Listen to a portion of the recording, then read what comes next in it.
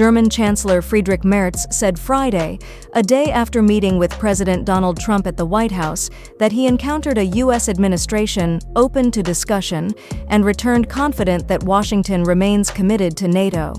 Merz described his Oval Office meeting and extended lunch with Trump as constructive but also candid, noting that the two leaders expressed different views on Ukraine.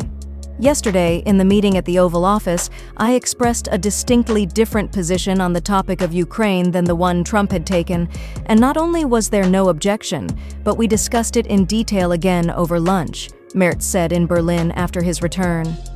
Thursday's White House meeting marked the first time the two sat down in person. Merz, who became chancellor in May, avoided the kind of confrontations in the Oval Office that have tripped up other world leaders, including Ukraine's Volodymyr Zelenskyy and South Africa's Cyril Ramaphosa. The two leaders opened with pleasantries. Merz presented Trump with a gold-framed birth certificate of the president's grandfather, Friedrich Trump, who emigrated from Karlstadt, Germany. Trump called Merz a very good man to deal with. The American administration, he said, is open to discussion, listens, and is willing to accept differing opinions. He added that dialogue should go both ways. Let's stop talking about Donald Trump with a raised finger and wrinkled nose. You have to talk with him, not about him.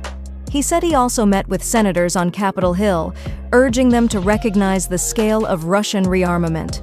Please take a look at how far Russia's armament is going, what they are currently doing there. You obviously have no idea what's happening, he said he told them. In short, you can talk to them, but you must not let yourself be intimidated. I don't have that inclination anyway.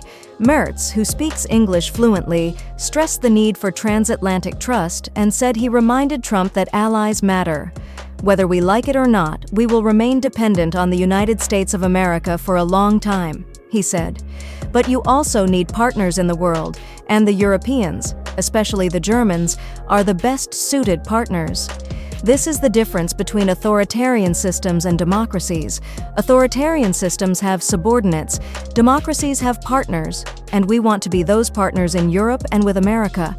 He reiterated that the U.S. remains committed to NATO, particularly as Germany and others boost their defense spending.